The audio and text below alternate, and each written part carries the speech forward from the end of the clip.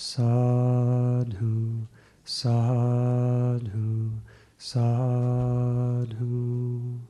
Namo tassa bhagavato arahato samma sambuddhassa. Homage to the Blessed One, the Worthy One, the Supremely Enlightened One. Sadhu, sadhu, sadhu. Fellow monks, meritorious lay disciples, today we've been listening to a very beautiful sutta, the Payasi Sutta, and we've heard about all the sorts of ignoble research, of bad research that this Prince Payasi was doing. He held very wrong views. He believed that there were no other worlds for beings to be reborn in. He believed that there were no beings who were spontaneously reborn. He didn't believe that there were results of good and bad action.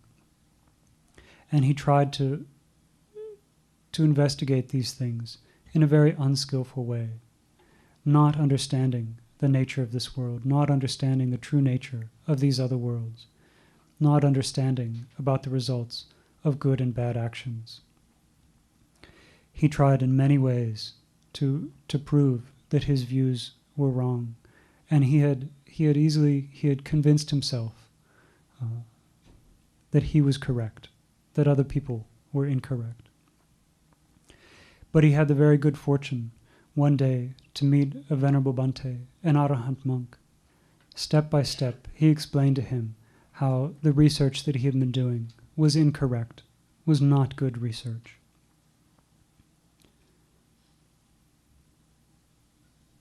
So, after a long conversation, eventually this Bhante had convinced him that he was holding wrong views. But now, the prince, he still wouldn't let go. Why is that? He said, I'm a very famous person. People know the kind of views that I hold. When they hear that I'm holding these views that you teach, then they'll criticize me because they have wrong views. So I'm going to continue to hold on to my wrong views out of anger, contempt, and spite, right? So this prince was more concerned about what other people thought about him than the consequences of holding wrong views. The Blessed One taught very clearly that even these actions that we do with our mind, even holding wrong views, is an unwholesome type of action, and it can lead to rebirth in a bad destination. But this prince, he was more concerned about what other people thought. He didn't want to have other people with wrong views criticize him when he adopted right views. So, again, the Venerable Bhante tells him a story to help him understand what a dangerous thing he's doing. He says, once there was a great caravan traveling through the countryside. So it used to be that if people in a town wanted goods, things that weren't made in that town, a merchant had to bring them from far away. And it was a very dangerous thing to do, right? It's not like they didn't have highways like we have now. They didn't have rest stops. They didn't have police stations along the way. So this journey was a very dangerous thing. If they did it successfully, they could make a lot of money. But if things went wrong, then they might even end up dying. So once there was a very large caravan traveling with lots of goods. There were 1,000 carts in this caravan. And it was divided into two sections. And there was a leader for each of these sections. And they each had 500 carts. And because their caravan was so big, wherever they went, they would use up whatever grass, whatever water, whatever firewood they could find. So they had to carry a lot of this with them. If they wanted to be sure that they would have water to drink, they had to carry pots of water. So not only did they have to carry the things that they were going to sell, but they had to carry water, they had to carry food for their animals that were pulling the wagons, and they would have to carry firewood to cook their food. So they decided that their group was just too big, that they should split up and send one group on ahead first, and then the other group would stay behind for a few days and wait for new grass to grow, wait for the water to become clear again, so they would be able to find more things that they needed along the way. So the first half of the caravan set out. And when they were about to enter a very dangerous part of the jungle, they looked ahead and they saw that there was a man riding on a donkey, pulling a wagon behind him. And this man was covered with, he had garlands of water lilies around his neck. His hair was wet, his clothes were wet, and the wagon, it was covered with mud. And also, he had eyes that were glowing red.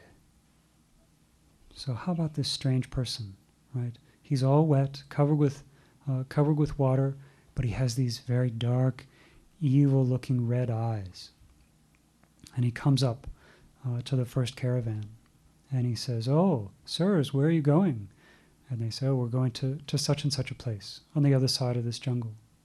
And he says, "Oh, I've just come from that area. This is a very beautiful jungle. It's full of water, full of lotus ponds. There's lots and lots of grass, lots and lots of firewood. If you're carrying those things with you, you don't need them. Don't worry about these things. You can get rid of them. If you get rid of all this water, this grass, this firewood that you're carrying, then you'll be able to travel very quickly. Your animals won't have to work so hard. So just get rid of all those things." And the leader of this first caravan thought, that sounds like good advice, right? See this man, he's all wet. You know, he has these glowing red eyes, but we won't worry about that, right? We won't worry about that. And so this first caravan leader, he told all the people in the caravan, "Okay, good news. There's water up ahead. There's lots of food for our animals up ahead. Lots of firewood. We can dump out all the water jars. We can leave behind all this extra grass, all this extra firewood, and we can go quickly through the forest." So they did this, and then they went into the jungle. But that man that came to them, he was not a friend. He was not really concerned about their welfare. He was a yaka who disguised himself as a human being. And when they got into this jungle, they saw that there were no lotus ponds. There was no clean water. There was no grass for the animals to eat. There was no firewood for them to cook their food. But what had they done? They had gotten rid of all these provisions, all the things that would have taken them through the jungle safely. So they became very exhausted, very tired, and one night when they were sleeping, this yaka came and he ate all of them, leaving nothing behind but their bones and their wagons. Then, a few days later, just like planned, the second caravan sets out and heads into this jungle. And this second caravan as well is approached by this man with the dark red eyes, with the wet hair, the wet clothing, with garlands of water lilies. And this man says to the second caravan leader, "Oh, sir, if you're going through this jungle, you don't need to bring any extra water. You don't need to bring any extra food for your animals. You don't need to bring any extra firewood. You can leave all that behind and travel very quickly, very fast through this jungle." But this second caravan leader, he was very wise. He didn't trust this man. he said to his people, this guy with these dark red eyes says that we're headed into a safe place, but we don't know him. We've never seen him before. We don't have any reason to trust him. I don't think he's a very good person. I don't see why he'd be so concerned about our welfare. Let's not get rid of our extra water. Let's not get rid of our extra food, our extra firewood. And let's go through this jungle. So they do, and just like the second leader thought, they weren't able to find any extra water, any extra grass, any extra firewood. So they stayed strong, using their own provisions, going through this jungle. And eventually they found that first caravan that was left behind, with the carts and all the goods still in them. And the second leader thought, yep, this first group, they must have paid attention to that man. It must have been a yaka in disguise, who then came and ate. He ate them all up. So now, let's take whatever things are valuable from their caravan, leave all the things behind that we have that are not so valuable, all the goods that we were going to trade. So now we can go ahead into this city with only the most valuable goods. So they took them, and they were able to make it through the jungle, went to the city, and were able to make a great profit, because they had followed the advice of this second caravan leader, and not the advice of the yaka that had come into the jungle to try and trick them. And so the Venerable Kumara Kassapa says, just in the same way, Prince, you can't pay attention to everything that you hear. You have to be very careful with who you're associating with, whose opinions you value. Right now, you're valuing the opinions of foolish people, people who don't have right view. And if you follow their instructions, if you care about what they have to say, then surely you're headed for danger. You won't have any good results from following their instructions. But if you follow the instructions of a wise person, then surely you'll experience good results. And Prince Payasi still wouldn't give up. He said, but they're going to criticize me, right? I don't want them to do that. I'm going to continue to preach these views that I hold. So the Venerable Kumara Kassapa said, okay, let me tell you another story. Once there was a pig farmer, and he was traveling. And on his way back home, he saw that someone had taken and thrown away a big pile of dung, a big pile of animal excrement. And when he saw that pile of dung, he thought to himself, this is great. I can feed this dung to my pigs, because that's what pigs like to eat. They eat excrement. Don't be reborn as a pig. It's not a very good life. But this farmer, he cared about his pigs. And he saw the dung, and he thought, okay, I will take this dung to my pigs. So he took off the cloak that he was wearing, he set it on the ground, and he piled up this dung in the cloak, tied it together, and he put it as a bundle on top of his head. So on his way back, all of a sudden it started to rain. No one was expecting rain, but it started to rain. And as it rained, what do you think happened to that bundle of dung on this pig farmer's head? It got all wet, and soon water was running off of this pile of dung, covering him with filthy slime, with all sorts of excrement, right down to his fingertips. So as he's walking back into his village, people saw him, and they said, "What are you doing? Why do you have all that dung all over you? You must be crazy. Why are you walking around like this?" And the pig farmer says, No, I'm not crazy. This is food. I got free food for my pigs. You're the ones who are crazy, right? See what this silly farmer did? He thought he was doing something good. He thought he was doing the right thing by bringing food to his pigs, but he didn't do it in the right way. Even when he was being covered with excrement, he didn't put down this bundle, right? He held on to it very tightly. And wise people who saw him knew that he was very foolish, that he was doing very foolish things. So the Venerable Bhante says to the prince, in the same way, right, you're holding on to these wrong views.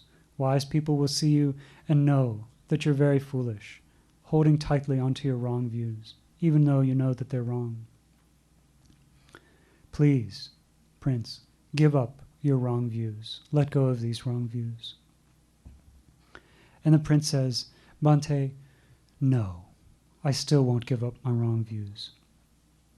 People will gossip about me, right? These other people with wrong views, they'll criticize me.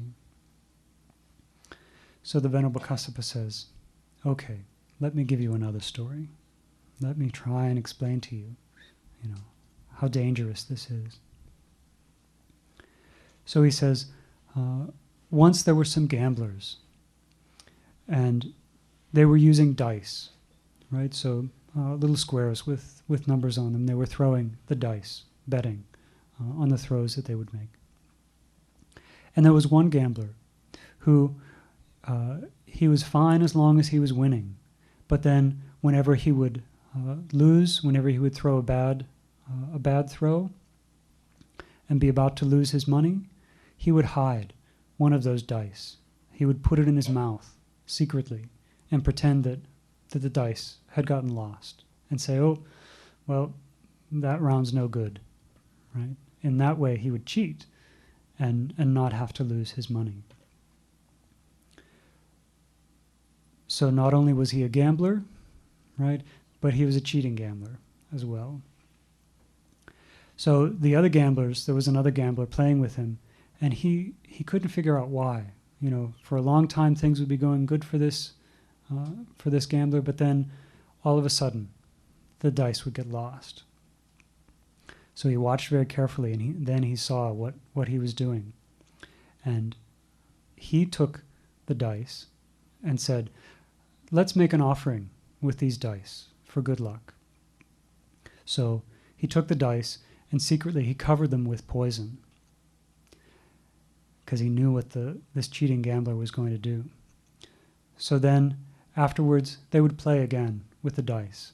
And again, as long as this first gambler was playing well, he would keep going. But then when things went wrong, he would put the dice in his mouth, pretend that they had gotten lost. But this time, as soon as he put them in his mouth, the poison started to work. And he got very sick and collapsed. And the other gambler then uttered this verse to him. He said, the dice is smeared with burning stuff, though the swallower doesn't know it. Swallow cheat and swallow well. Bitter, it will be like hell. So the Venerable Bhante says, in the same way, Prince, right? You're going along doing bad things. You don't realize the results, the bad things that are going to happen to you. Just like you were taking poison, right? You're holding on to these wrong views. Surely you'll do bad things because of these wrong views. Bad things with your body, bad speech, bad things with your mind. Just think back to all the terrible ways that this prince tried to kill people because he didn't think that there were results of good and bad actions. But the prince still said, no, Bhante, I'm not ready to give up these bad actions, to give up these wrong views. He says, for a very long time, I've held on to these wrong views. And so the Venerable Bhante says, okay, let me tell you another story. Let me explain to you about this holding on and how unbeneficial it is. So he says, Prince, once there was a certain neighborhood, and all the people in that neighborhood had to leave. They had to go move somewhere else. And there were two people in another village that heard about this. They heard that these people had left this village, this other village. And they thought, maybe in their hurry to leave, they would have left something good behind. Why don't we go and investigate see if we can find anything good that they left behind. So they went, and when they got there, they saw a big pile of hemp. So hemp is a type of fiber that people make string out of. Some people even make clothing out of it. So these two men, they saw the hemp and they thought, great, we can use this hemp. Let's take this hemp back with us to our village. So they bundled up and carried it on their heads and went away. But as they were walking, they saw some hemp thread. So same kind of material, but someone had made it into thread. So the first man said, "Oh, this is great. This is why we were carrying along this hemp. We were going to use it to make hemp thread. So now we found some hemp thread. Let's put down our bundle of hemp, and we'll pick up the hemp thread, and we'll use that." But the second man said, "I don't think so. I've carried this hemp a long way, and it's bundled up really well. I'm just going to keep this hemp. You do whatever you want." And so the first man, he picks up the hemp thread, and he keeps walking. But the other man, he keeps the other bundle of hemp on his head. They keep walking, and what do you think they see? But some hemp cloth. So someone's already taken the thread and made it into cloth. So the first man says, "Look, this is why I was carrying this hemp thread, right? This is why you're still carrying that hemp. Let's put all this down and take a bundle of hemp cloth. And in that way, we'll save ourselves some time and we'll be able to enjoy that cloth." The second man says, "I don't think so. I've carried this hemp a long way. It would be a shame to waste all that effort. And it's tied up really well. I'll just keep this bundle of hemp. But you do whatever you want." So the first man, he puts down his bundle of thread and picks up the cloth. And as they keep going, then what do they see? They see some cotton, right? And they think, the first man thinks, this cotton is great. It's much better than hemp. Let's put down, our hemp things and take the cotton with us, and we'll use that instead. The second man, do you think he puts down his bundle of hemp? No. He says, "My goodness, I've been carrying this a really long way. I've got a lot invested in this hemp. It would be a shame to waste all that effort. Let me keep carrying this. You do whatever you want." So the first man, he put down his hemp, picked up the cotton. And as they kept walking, then they kept finding better and better things. So cotton thread, cotton cloth, linen thread, linen cloth. But each time the second man kept saying, no, I've carried this bundle of hemp, right? He's still carrying hemp. It's not even cloth, right? It's just a pile of hemp. He says, "I've carried this a long way. I've put a lot of effort into this. I'll be okay. I'll just keep this hemp."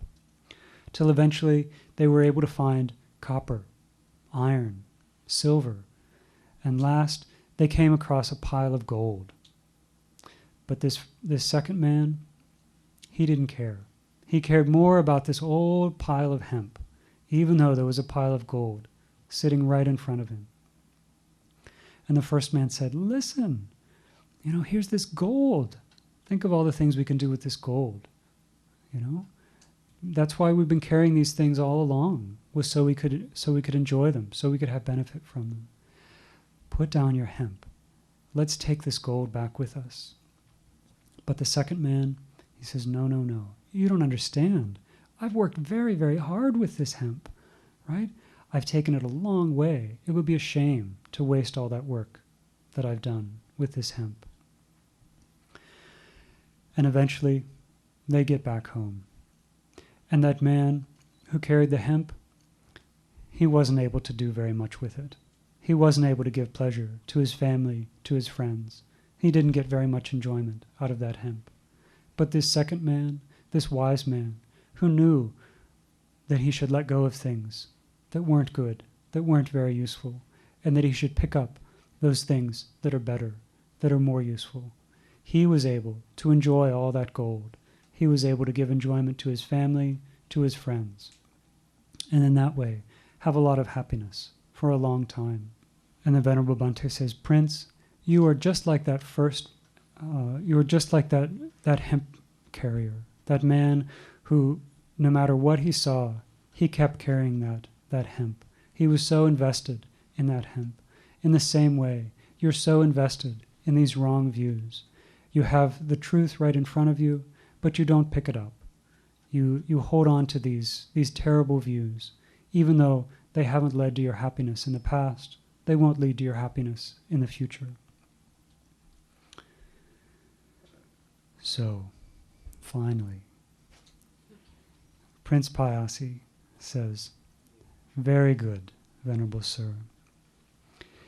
He says, actually, I was happy with your first story. He says, I was pleased and delighted with the Reverend Kassapa's first parable, but I wanted to hear his quick-witted replies to questions because I thought he was a worthy opponent. So because of this, he was able to hear all these excellent explanations, all these ways for us to understand the Blessed One's teachings, all these ways to learn about the danger of holding on to wrong views. So he says, excellent, Reverend Kassapa, excellent. It is as if someone were to set up what had been knocked down, or to point out the way to one who had got lost, or to bring an oil lamp into a dark place, so that those with eyes could see what was there. So he says, Venerable Bhante, you've cleared things up. For a long time, I've had these wrong views. I haven't come into contact with an arahant like you that was able to explain to me about these other worlds, the truth of the heavenly realms, the truth of the bad destinations, the truth of these results of good and bad actions. He says, I go for refuge to the Blessed Lord, to the Dhamma, and to the Sangha. May the Reverend Kassapa accept me from this day forth as a lay follower, as long as life shall last. So, finally, he's willing to go for refuge to the Buddha, to the Dhamma, and to the Sangha. And he says to the Venerable Kassapa, he says, I want to make a great sacrifice. I want to do a big sacrifice. Please tell me how I should do a sacrifice so it will be beneficial to me for a long time. And the Venerable Kassapa says to him, so there are different kinds of sacrifices, King. Many people do a kind of sacrifice where they kill living beings. Sadly, this was a very common way that people thought that they could make merit in the time of the Blessed One. Even now, there are people who believe that you create merit by killing living beings. So, the Venerable Bhante says, there's this first kind of sacrifice where beings are killed. Sometimes even human beings were killed at these sacrifices. But at these kind of sacrifices, many people come, and those participants, they have wrong view, wrong intention, wrong speech, wrong action, wrong livelihood, wrong effort, wrong mindfulness, and wrong concentration. That these are the kinds of people that come to a sacrifice where living beings are killed. He says, Prince, when someone does a sacrifice like this, kills living beings, gives things to people who hold wrong views, who aren't following the Noble Eightfold Path, but they're following the wrong Eightfold Path. He says, a sacrifice like this does not give a lot of merit, does not give a lot of fruit. He says, it's just like there was a farmer who went into the forest, and he went to a place where the ground was very rocky, where the soil wasn't soft, the soil hadn't been loosened, and there were still many tree stumps there. And he would take seeds and scatter them on this land, but he wouldn't take good seeds. he would take old, rotten seeds, seeds that had dried too long in the sun, seeds that weren't fertile. And he wouldn't even plant those seeds into the soil correctly. Not only that, but there would be no rain to water those one or two good seeds that might still be alive. So do you think, Prince, that farmer is going to get a nice crop from that sort of planting? And the prince says no. And the Venerable Bhante says, in the same way, Prince, a sacrifice where living beings are killed, a sacrifice where people come who have wrong views, you make gifts to people with wrong views, that sacrifice will not be very fruitful. There won't be much merit in that sacrifice. But there's another kind of sacrifice, another kind of offering that's made, where living beings are not killed. No one has to die for this kind of sacrifice. And people who hold right view come to this kind of sacrifice. People with right view, right intention, right speech, right action, right livelihood, right mindfulness, right effort, right concentration. At this kind of a sacrifice, at this kind of a merit making, there'll be a lot of good results. It's just like a farmer would go into the forest and he would find a place where the tree stumps had been dug up, the rocks had been taken out of the soil had been loosened up, and he would take good seeds that were very fertile, that had been well protected, well taken care of, and he would plant those seeds in the right way into the soil. And then the rain would come. What do you think, Prince? Would that farmer get a lot of results from his effort? And the prince says, yes, surely he would get a lot of good results from working in this way. And the Venerable Bhante says, in the same way, you need to make an offering like this. You need to make a sacrifice where no living beings are killed, where people come who are practicing the Noble Eightfold Path. That when you make a gift in that sort of way, then there'll be a lot of merit to be had.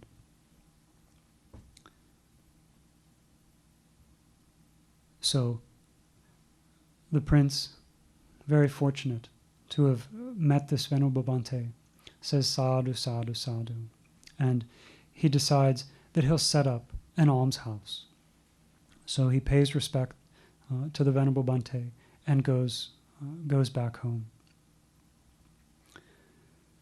So just imagine how much patience this Bhante had to have, right? He must have known that this prince had the ability to understand. He had such great compassion. He had such great wisdom to be able to explain to the prince the right way to do research, the right way to understand the nature of this reality. So the prince goes home, and he's excited now. He's developed right view. He understands that there's good things to be gained from the practice of giving. He understands that there's good results from good actions and bad results from bad actions.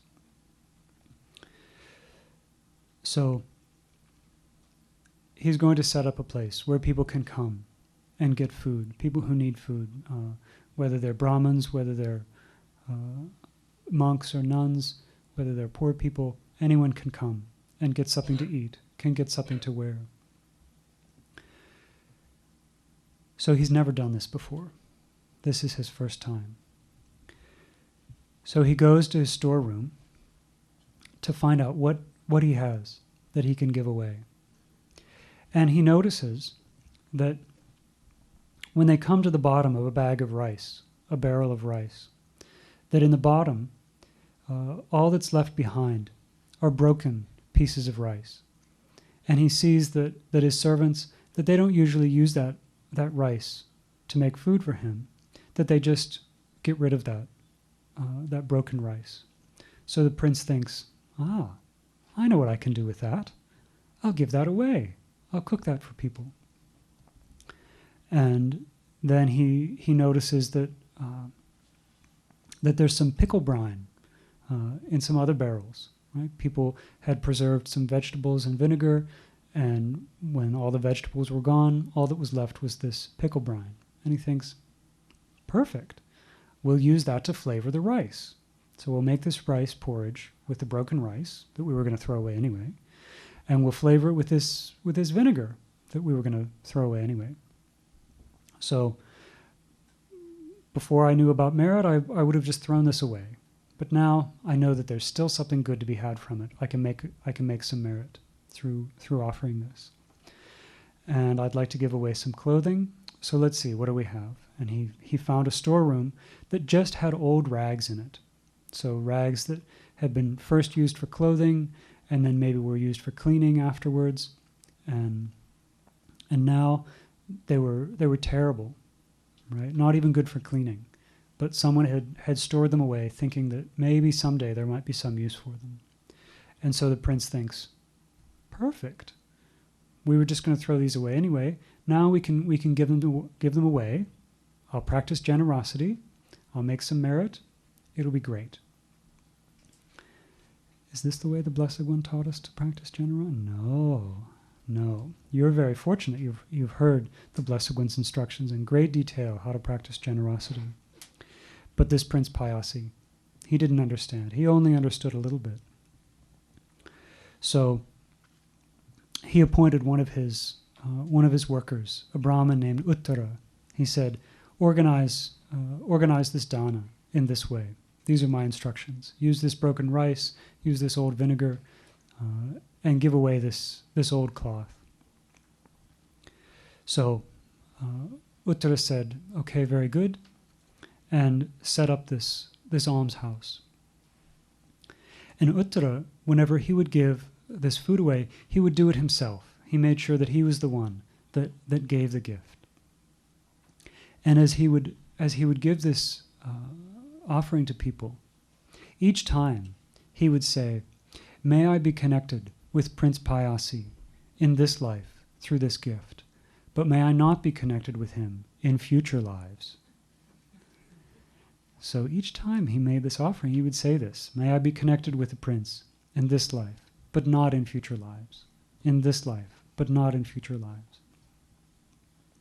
So, of course, news of this got back to the prince. And he thought, what? That doesn't make any sense. Aren't we giving things so we have good results in the future? Aren't we supposed to believe in future results of good actions that we do now? So he told someone, go get that Uttara. Let's get to the bottom of this. Let's find out why he's saying that. So he brings Uttara into the palace and says, okay, is this true that every time you give someone some of my alms food, you say, may I be connected with the prince in this life, but not in future lives? And Uttara says, yes, that's true. The prince says, why? Don't we expect to get results from the act of giving? And he says, but Lord, the food you give, this broken rice with this vinegar, it's disgusting. It's terrible food. You wouldn't even want to touch this food with your foot, let alone eat it. And this clothing that you're giving away, it's terrible. You don't even use this kind of cloth for a rug. You don't even want to walk on this kind of cloth, let alone put it on your body. You're very dear to us, right? We love you. You're very good to us. How could we connect someone who's so dear with an offering like this? And so the prince says, okay, well, what should I do? How should I give a gift? And Uttara is very wise, and he cares about the prince's welfare.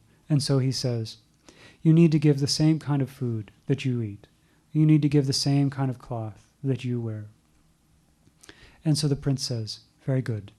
You can set up my offering in this way. So, not long after this, both the prince and this Brahmin Uttara pass away. And because they practiced generosity, They were born in a heavenly destination. So there was a monk who had a habit of going to an empty heavenly mansion to rest in the afternoon. So he must have had psychic powers, and after his alms food, he would use his psychic powers to go to an empty vimana, an empty mansion, and rest for the day. And so one day, he went to this mansion, and instead of being empty, he saw that there was a devata living in this mansion. And so he said to the devata, "Oh, who are you? Where did you come from?" And the devata says, "Oh, in my former birth, I was Prince Payasi." And the monk says, "Oh, I remember you. But aren't you the one that held all sorts of wrong views? Didn't you say that there's no other world? That there's no being spontaneously reborn? That there's no results of good and bad action? How is it that you were born here?" And the devata says, "Well, fortunately I met a good monk who changed my mind. He taught me right view. And not only that, I set up an almshouse and I practiced generosity." And the monk, the Venerable Bhante, said to him, "But didn't you have an employee set up that, give away those alms? Where's he? Didn't he pass away as well?" And the devata says, "Yes, that's true. But because of the way I gave the gift, I was born here in the realm of the four great kings. Why is that? Even though I practiced generosity, I did so grudgingly. Someone had to really urge me to do the gift. I didn't give that gift with my own hands. I hired someone else out to do it. I didn't give the gift thoughtfully, and I gave things that I was going to throw away anyway. So I didn't give in a very skillful way.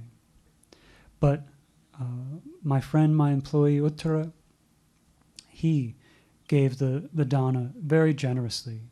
He always made sure to give with his own hands. He gave very thoughtfully. And he's the one that encouraged me not to give things that I was throwing away, but to give the best things that I could, the same kind of things that I ate, the same kind of clothing that I wore." And so, because of that, because of his wholesome way of practicing generosity, he was born in the realm of the 33 gods, in the Tavatimsa heaven. So see what an excellent result there is to be had from giving. He said to this venerable monk, "Please, when you go back to the human world, teach people about practicing generosity. Teach them about the proper way to practice dana. Tell them about the results that I've experienced. Tell them about the results that this Uttara has experienced, being born in a much higher heavenly realm." And so the Bhante said, "Sadhu, sadhu, sadhu. This is what people need to know." So today we've heard this excellent story of this Prince Payasi. We can think about how dangerous it was for him to hold all of these wrong views. How for such a long time he never came into contact with good friends, people to teach him the right way to do research, to teach him about the noble research that our great teacher, the Blessed One, did. Not only that, but we heard all the disadvantages of holding on to these wrong views, right? That he was, even after he understood that he had wrong views, he was still ready to hold on to them, just out of fear for being criticized by other people with wrong views. But the Blessed One says there's some kind of criticism that we should pay attention to, and sometimes some criticism that we shouldn't. When foolish people criticize us, we don't need to pay attention to those words. It's when wise people criticize us. That's when we need to pay attention. That's when we need to change our actions. So this prince had the great opportunity to find a noble friend. When we have good friends, noble friends, what opportunity do we have? We have the opportunity to listen to the Blessed One's Dhamma. When we have the opportunity to listen to the Dhamma, then we have the chance to reflect on it wisely. And having reflected on it wisely, we can put these teachings into practice. And it's through putting these teachings into practice that we, for ourselves, are able to understand the true nature of this reality. Right? It's not by cooking people in a jar and looking for their soul to escape. Right? Turning them this way and that. Right? Looking for their soul. Not by asking our friends, when you die, please come back and tell me. Tell me what it's like. We don't need to do research in that way. Fortunately, we have the Blessed One's research to learn, to study, and to follow very well. So today, having heard these excellent teachings of the Supreme Buddha, may we always keep them in mind. May we reflect on them well. May we practice them well. And through the power of this merit, may we one day realize the Four Noble Truths in this Gautama Buddha's dispensation. Sadhu, sadhu, sadhu. Namo Buddhaya.